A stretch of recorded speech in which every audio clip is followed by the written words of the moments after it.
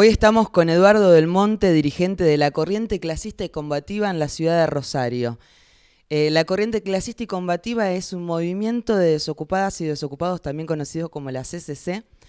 Eduardo, hoy me llegó una intervención que vos estuviste haciendo en Gobernación, si me permitiste cita un poquito, porque me pareció muy interesante un planteo que vos haces.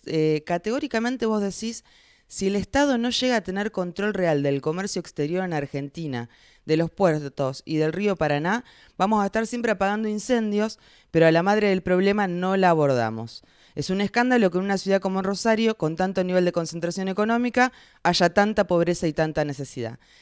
Sobre esto te quiero preguntar, ¿cómo es la relación entre la pérdida de la soberanía en el control del comercio exterior y esta desocupación que tenemos que crece día a día? Bueno, porque esa pérdida de soberanía es la consecuencia de un modelo agroexportador que, como se basa fundamentalmente en la exportación de soja, y la soja se produce con poca mano de obra, pero produce enormes ganancias, ha hecho que una parte importantísima de la población no puede acceder al trabajo y ha quedado atrás un modelo industrialista que era el que daba trabajo en su momento. Y bueno, y encima los dólares que vienen de esas exportaciones terminan siendo fugados. Entonces, esa pérdida que tiene el Estado del control de la riqueza que producimos es la que es responsable de la hambre, de la miseria que hay en un pueblo argentino, que en un país que produce muchísimo, tiene un gran Producto Bruto Interno, pero que hay una desigualdad tremenda. Además de el otro tema que se habló, porque lo que se habló en la convocatoria del gobernador era en relación al tema de la seguridad. Y el otro tema por el cual planteábamos eso es que las agroexportadoras con el contrabando generan una masa de dinero en negro enorme que termina en las redes ilegales. Entonces nosotros no vemos ese problema del narcotráfico como un problema de una economía marginal, sino que lo vemos directamente ligado a la economía formal de los grandes monopolios. Y bueno, y lo que entendemos que lo que hay que buscar es que atacar ahí para que se resuelvan los problemas de fondo. Sí, situación que ustedes conocen bien, están hace 24 años en todos los barrios de Rosario, y vos también planteabas la necesidad de que se pueda abordar la situación de las adicciones en los barrios como un problema de salud pública, que esté, digamos, al alcance de todos los vecinos. Te pregunto un poquito, ¿cuál es la situación que se está viendo hoy en los barrios de Rosario? ¿Cómo ven ustedes esa situación? Bueno, que el hambre sigue creciendo. Y es muy difícil que los compañeros se puedan insertar en la economía formal.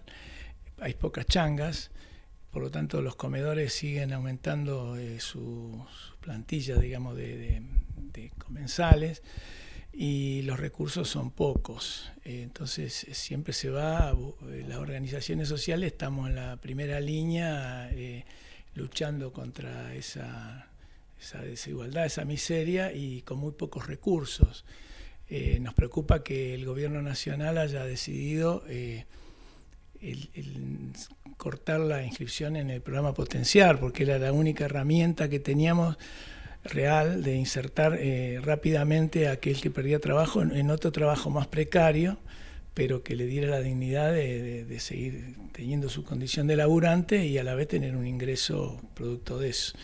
Entonces, eso es otro planteo que hicimos ayer, la necesidad de que la provincia aborde ese tema, pero también que se generen desde el Estado fuentes de trabajo genuino. Hay un discurso en relación a que hay que generar las condiciones, facilitar para que la gente se pueda emplear en el mercado, en el mercado de trabajo, digamos, en las ofertas de trabajo que pueda haber. Y eso encierra un problema y una ficción, porque si el Estado va a elegir quién toma, quién no, según el perfil que demandan. y muchos de nuestros compañeros no dan ese perfil.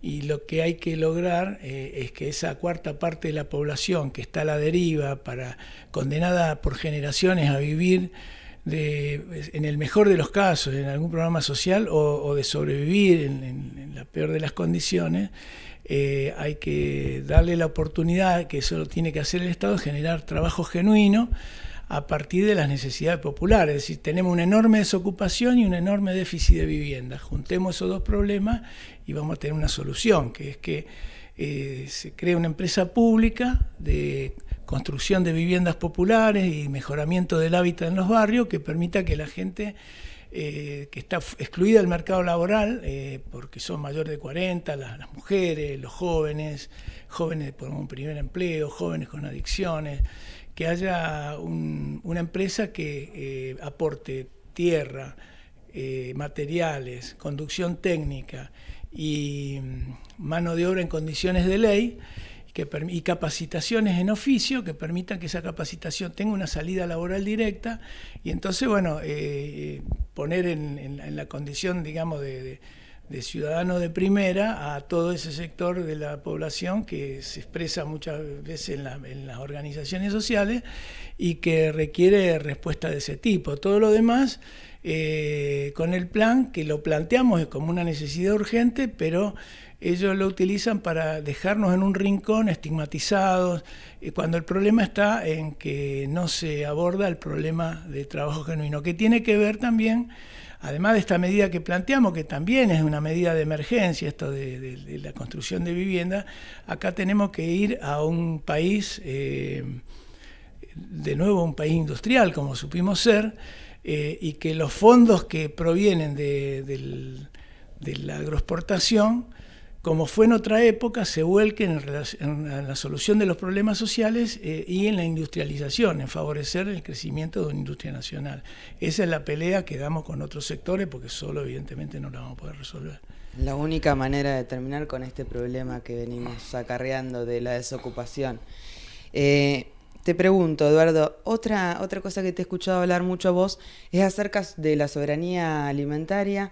Vos planteás este problema de cómo vemos que la Argentina genera alimento para 400 millones de personas, se va por acá, por nuestros puertos, vemos los camiones pasar por nuestros barrios, pero sin embargo cuesta mucho a muchos rosarinos llevar un plato de comida a la mesa. Contanos un poquito qué es esto de la soberanía alimentaria que vienen empujando con fuerza ustedes. Simplemente que podamos comer lo que producimos a un precio que sea accesible al pueblo, porque en este momento estamos pagando la comida al precio internacional, como se da la guerra, la invasión rusa a Ucrania, y genera una conmoción mundial que termina con el alza de los precios, que termina beneficiando a los grandes monopolios agroexportadores y no a la gente que produce eso en los países como el nuestro. Entonces, eso, si no hay una intervención del Estado que garantice que quede en la Argentina y que oriente la producción también en relación a determinados alimentos, que favorezca a aquellos que lo producen y que producen para el mercado interno, y que permita que eso se venda a precio barato para que la gente pueda acceder a ello sin empeñarse, sin tener que elegir una mamá, como decían el otro día en la reunión del delegado, elijo entre comer o dar de comer a mis chicos, vestirlo o mandarlo a la escuela o comprarle unos útiles. Esa disyuntiva en un país como Argentina no tiene que existir. Entonces el tema de la soberanía alimentaria es producir, digamos, que lo producido por nosotros lo podamos disponer nosotros, y no que sea el tema alimentario sea un negocio de 4 o 5 monopolios extranjeros que fugan el dinero para afuera y van descapitalizando la Argentina, sino que eso esté pensado en función no de la ganancia, sino de las necesidades del pueblo. Después, viste, vos nombrás la palabra soberanía, la verdad que pensamos nosotros como pueblo, ¿no? Para un país la soberanía como la libertad para el esclavo. O para un obrero no ser explotado, poder que sus hijos puedan vivir y su familia una vida digna, digamos. Nosotros venimos se han ido cambiando una forma de opresión por otra en los países. pasamos del colonialismo a la dependencia y con otras formas, pero en definitiva los saqueos se siguen produciendo. El problema es que esa palabra que para nosotros es tan pesada como soberanía, que ha implicado en la historia de la Argentina muertos y sacrificios enormes que ha hecho nuestro pueblo, no termina rifada, por ejemplo, en un acuerdo como el que se ha hecho con el FMI, que realmente se termina cogobernando con el FMI para poder pagar una deuda que a todas luces fue una estafa, y donde uno de los socios de la estafa fue el propio FMI. Entonces, si no podemos decidir sobre nosotros, porque si nosotros pudiéramos decidir seguramente nos equivocaríamos muchas cosas, pero no sería un sistema organizado como el que vivimos para garantizar el saqueo. Digamos, si nosotros dispusiéramos de lo que producimos y lo pudiéramos hacer en función de nuestro pueblo y entendemos que eso es soberanía, tendríamos otras condiciones para el país que queremos. Clarísimo. ¿Cómo entendés, Eduardo, qué es la salida? ¿Qué nos queda? ¿Qué le decimos a la gente? Mira, yo creo que no hay salida sin lucha, porque evidentemente los intereses que gobiernan la Argentina, y no me refiero al poder formal, sino a los poderes que son a los que fue todo el mundo a rendir cuenta ahí en Yao Yao, en Bariloche, fueron los candidatos, el propio ministro de Economía. Ese poder real, bueno, es muy grande, cuenta con el Estado, cuenta con todo lo que implica eso para poder garantizar esa continuidad. Por lo tanto, las medidas que van a derivar de eso, de esa realidad tan injusta, van a requerir que los interesados luchemos, o sea, que la gente no pelee por lo suyo, que defienda lo suyo, que nos unamos cada vez más. Yo entiendo que es un momento complejo porque nosotros vemos una derecha reaccionaria que quiere volver, inclusive en versiones peores todavía, como la de Milei, más descarnada, más desembosada, y eso nos pone a nosotros en una situación difícil, porque tenemos que dar un debate con un gobierno que nosotros mismos votamos, pero que no, y por eso integramos en su momento el Frente de Todos, lo integramos aún, pero que ha avanzado en caminos que no nos resuelven, y al contrario, nos van comprometiendo en situaciones cada vez peores. Entonces, y además va generando las condiciones para que los que echamos en las urnas vuelvan de nuevo. Entonces, acá hay un problema de que hay que solucionar los problemas del pueblo, y en eso es legítimo hacerlo desde cualquier sector. Cualquier sector tiene la legitimidad de ir a pelear por lo suyo y exigir que el gobierno tome las medidas correspondientes a eso. Esa es la realidad. Eso, no hacerlo implica, es al revés de lo que se dice. No es que, digamos, el problema es cómo entiende el gobierno el mensaje y va tomando medidas concretas en un sentido favorable a las necesidades del pueblo y favorable a la soberanía. En ese camino nos vamos a ir encontrando todo, y seguramente podemos derrotar a esa derecha fascista que quiere otra vez tener la plenitud del control de la Argentina. Muchísimas gracias, Eduardo. Bueno, de nada.